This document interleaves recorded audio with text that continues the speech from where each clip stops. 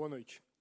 A importância desse resultado, né, para que o Grêmio tenha tranquilidade, o quanto muda também o ambiente em relação à confiança, porque às vezes a gente percebe os jogadores de frente tendo uma intranquilidade na hora de fazer o gol, né, você já falou sobre isso outras vezes. Então essa vitória em relação à confiança, mas em relação à tabela também, porque o Grêmio não entra na zona de classificação, mas pelo menos agora se aproxima. Assim, um ambiente interno a gente sempre buscou deixar ele o mais tranquilo possível. Evidentemente, a gente não tem condição de blindar completamente. E a ansiedade que externamente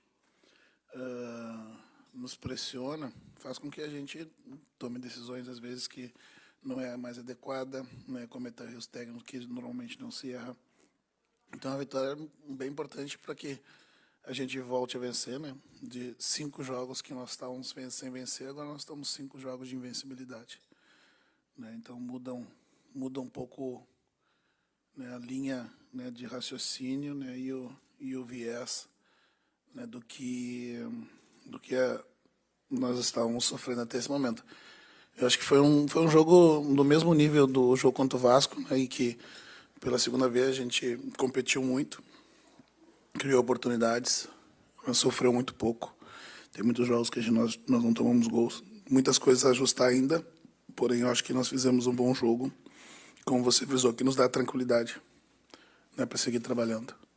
Roger, até o gol, o Grêmio quase completou 400 minutos sem fazer um gol na competição. E a gente via ao longo do primeiro tempo o Diego Souza conversando ali com o Biel, com o Janderson, ele cobrava para tentar ajustar. Esse ajuste fino do ataque é uma coisa que ainda te preocupa? É uma coisa que você entende que tem que resolver? Esse ajuste, essas conversas que vocês veem no campo, elas acontecem dia a dia do treino também, né? Elas aconteceram no domingo, né? Quando da atividade aberta, né? Que vou me permitir falar a respeito do domingo, né? Na verdade, a culpa talvez tenha sido minha, né? Por quê? Porque eu sempre valorizei muito o trabalho da imprensa e os meus treinos estavam todos fechados. Né? Isso acontece com frequência, esse tipo de cobrança. Porém, né, os treinos onde são feitos ajustes, onde são feitas cobranças, geralmente eles são fechados, justamente para não repercutir.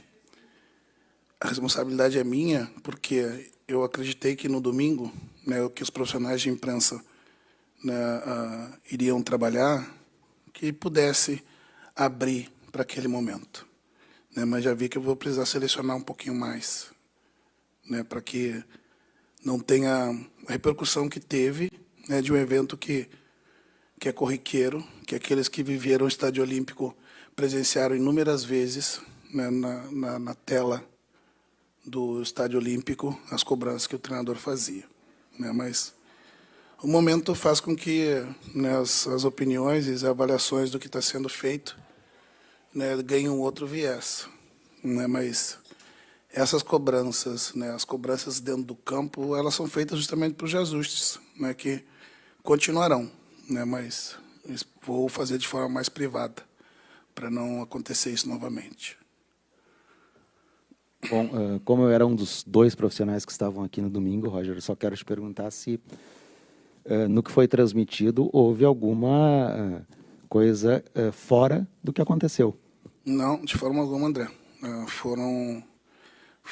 As informações, elas foram verdadeiras.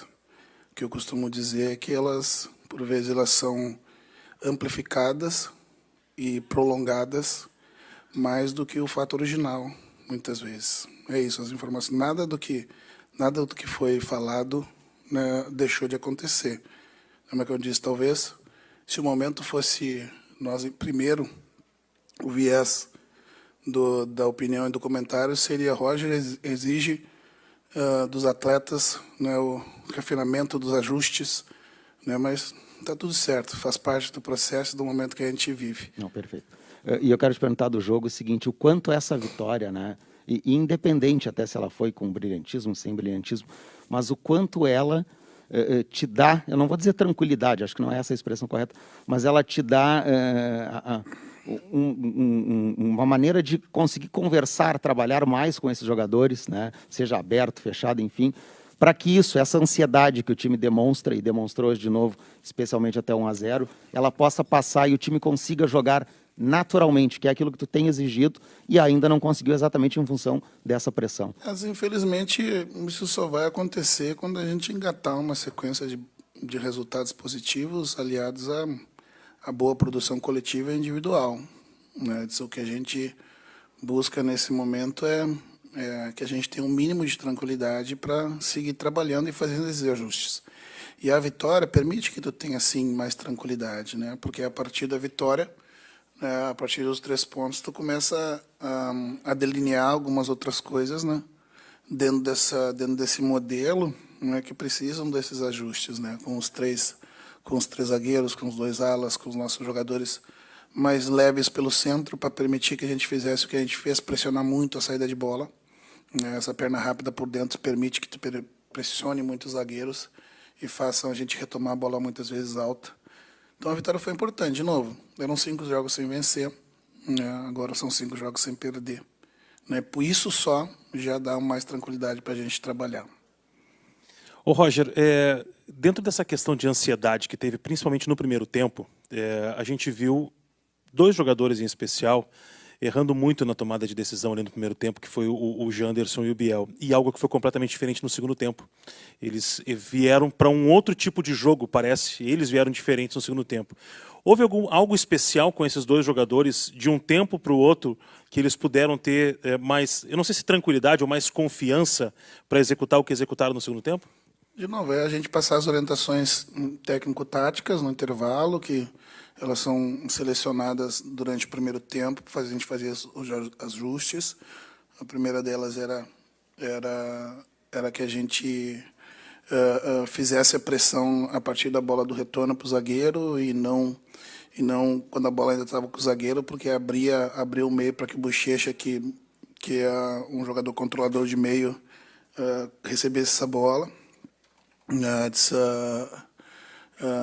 E passar tranquilidade para os atletas no intervalo, né? Para que a gente tivesse calma, tranquilidade para fazer o que a gente trabalhou, né? Que as oportunidades iam seguir aparecendo, né? Que a gente escolhesse muitas vezes um passe mais fácil, né? Do que um mais complexo, né? Diz que naturalmente, como jogador, a estratégia que eu usava sempre era ir do fácil para o mais difícil, do mais simples para o mais complexo. Tu vai perder e ganhar a confiança no jogo vários momentos. Tu não vai seguir confiante o jogo inteiro. Uma hora o ponta te dribla, tu perde um pouquinho de confiança. Daí, na próxima vez, tu tenta uma abordagem diferente. Mas, então, essa aqui, tenta do mais fácil para o mais difícil. Quando o mais difícil tu errar, dá um passo atrás e volta de novo para uma jogada de segurança. A tua melhor jogada é que tu tem mais segurança de fazer, né? Porque daí tu vai retomando a confiança pouco a pouco. O que acontece muitas vezes é que o jogador erra para tentar consertar aquele erro que gerou o murmúrio da torcida e a decepção do lado de fora, ele tendo uma coisa mais complexa.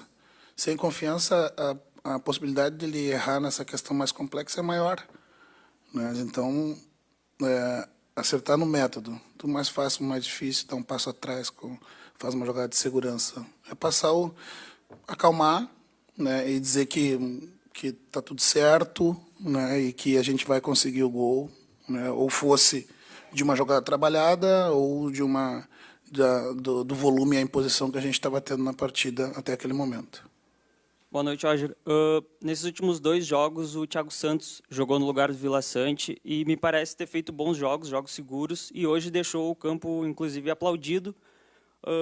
Algo que, ultimamente, tinha uma relação um pouco estremecida com a torcida, hoje deixou o campo aplaudido. Eu queria que tu falasse um pouco sobre esse jogador e se ele pode ter uma sequência no time. Eu acho que pode sim. O Thiago, ele foi muito resiliente, né? Desde que eu cheguei aqui. Não vivia um bom momento, assim como time, né? No que diz respeito à atuação. E alguns jogadores eles ficaram exclusivamente marcados pela questão do rebaixamento, e o Thiago foi um deles, né? E mesmo um jogador mais experiente que consegue administrar melhor esse momento também sente, né? Então, naquele momento, na chegada, foi importante, né, tirar um pouco o Thiago dos olhos e da pressão externa, para que ele retomasse a confiança dele jogando. O Thiago vem, para quem acompanha os treinos, o Thiago vem fazendo treinos muito bons. Só que do ponto de vista da gestão também, o treinador tem que escolher muito bem o momento de colocar o atleta em campo. E muitas vezes um atleta contestado é muito melhor tu colocar jogando fora de casa, né? Para que ele tenha um pouco mais de tranquilidade para jogar e possa fazer um jogo como ele fez contra o Vasco. A partir daí, né, é o que a gente viu. Até o Thiago sai aplaudido de campo, né? Eu penso que ele pode ser utilizado novamente, sim, né? Nos dá uma consistência grande, né? Mesmo que o Vila venha estar num bom momento, talvez uma dupla com Vila, né? Para um jogo mais pesado fora de casa, mas tudo é possível sim. Roger, tudo bem? Boa noite, parabéns pela vitória. Obrigado. A postura do time hoje, ela foi inegável que ela foi totalmente diferente, né? A gente viu os jogadores do Grêmio dando carrinho até a última bola, no último minuto, né? Como você falou, o time marcou em cima, enfim, foi uma atitude bem diferente do que a gente viu nos últimos jogos. Mas talvez agora o seu desafio seja, principalmente, fazer que esse time jogue um pouco mais solto, dar mais criatividade para esse time, se é que você concorda comigo que falta um pouco. Você já teve o Campaz, já testou o Benítez, já tentou 2 volantes e o Bitelo. Que ajuste você está pensando para que agora esse time que já tem a transpiração que você queria, jogue com mais criatividade também?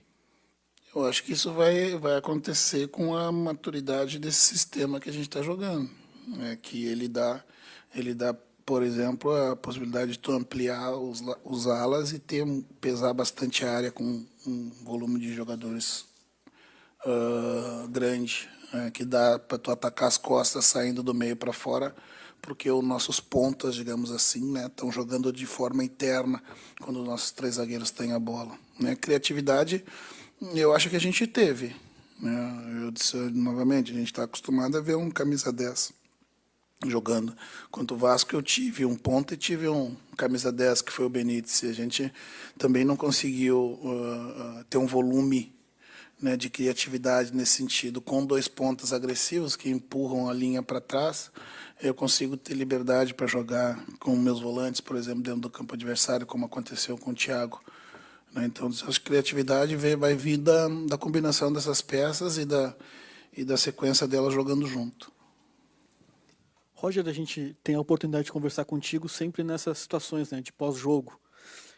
Mas eu queria saber de ti, de toda essa pressão que foi vivida desde com a falta dos resultados no mês de maio, esse início de mês com possível ameaças de demissão, de mudanças, né?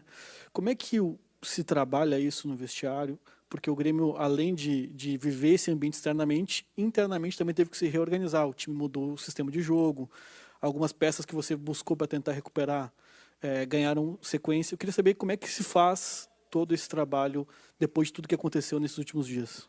Primeiro que, por vezes, as pessoas acham que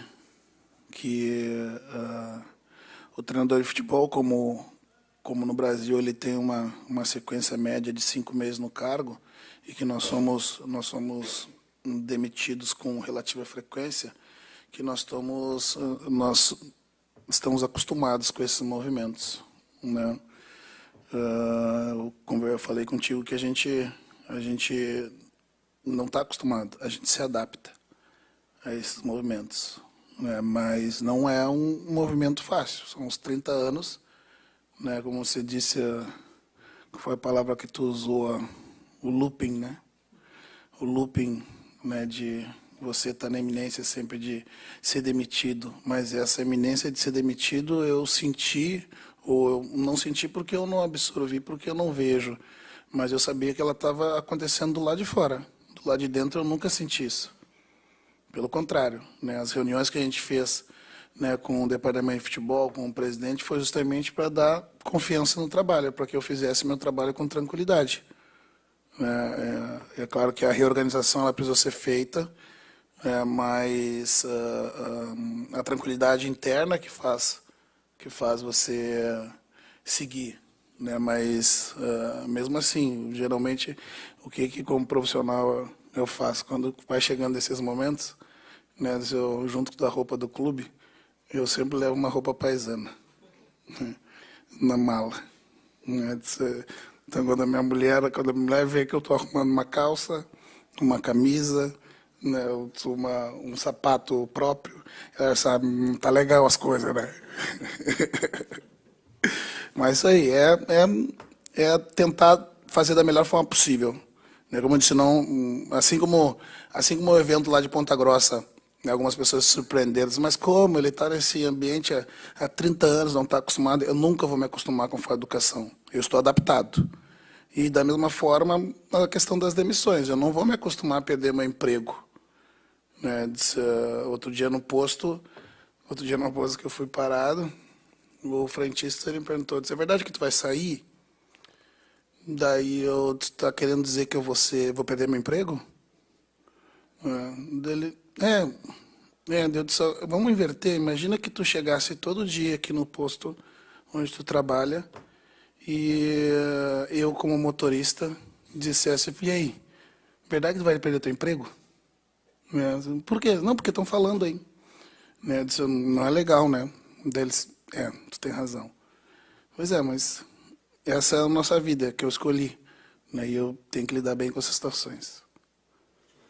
Roger, a gente falava hoje ainda dentro da jornada sobre os números de defesa do Grêmio, né? Claro que a gente discutiu aqui e viu algumas perguntas sobre a finalização, né? Não é nem a criatividade, a finalização.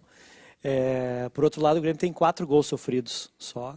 E tu teve o acréscimo do Kahneman, que parece que nem ficou fora do time. Ele volta jogando de uma forma fora do padrão, né? O Kahneman é diferente. Queria que tu falasse um pouco sobre esse acréscimo, né? Claro que tu perdeu o Bruno Alves para a Covid, mas tu ganhou o Kahneman. Não, tá bem. E o Kahneman voltou muito bem. Queria que tu falasse dele.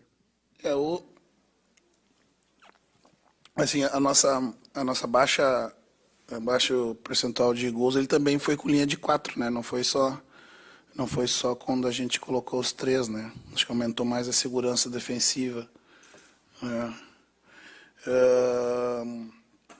O Kahneman é um jogador identificado com o clube, que tem uma doação muito grande, que deposita uma energia no seu jogo, que contagia. É um exemplo dentro do campo para os jovens, né, que sabe muito bem a hora de dar o carinho e sabe muito bem a hora de cobrar, seja internamente ou publicamente, como muitas vezes aconteceu. E às vezes não sobra só para os jogadores, sobra até mesmo para a direção. Né? Tudo isso porque ele quer sempre o bem do clube. Sempre o bem do clube. Né? Eu sempre costumo colocar alguma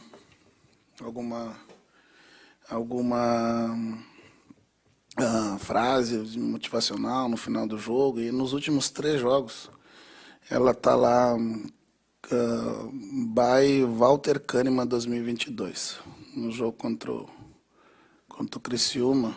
Ele ainda não estava apto para jogar, mas ele estava no vestiário incendiando com essa energia. Ele falou, aspas, não somos cantores, não somos atores, não somos músicos. Somos jogadores de futebol. Somos pagos para correr até morrer e ganhar. Né? Isso, para mim, resume a energia que ele deposita, né? E que faz com que todo mundo se doe, né? Corra até morrer para ganhar pelo clube que representa. Né? Que bom que ele voltou. Eu vi uma expectativa, né, de como ele estaria do ponto de vista da cirurgia, mas eu acho que ele está zerado, e do ponto de vista físico também. Obrigado, Roger.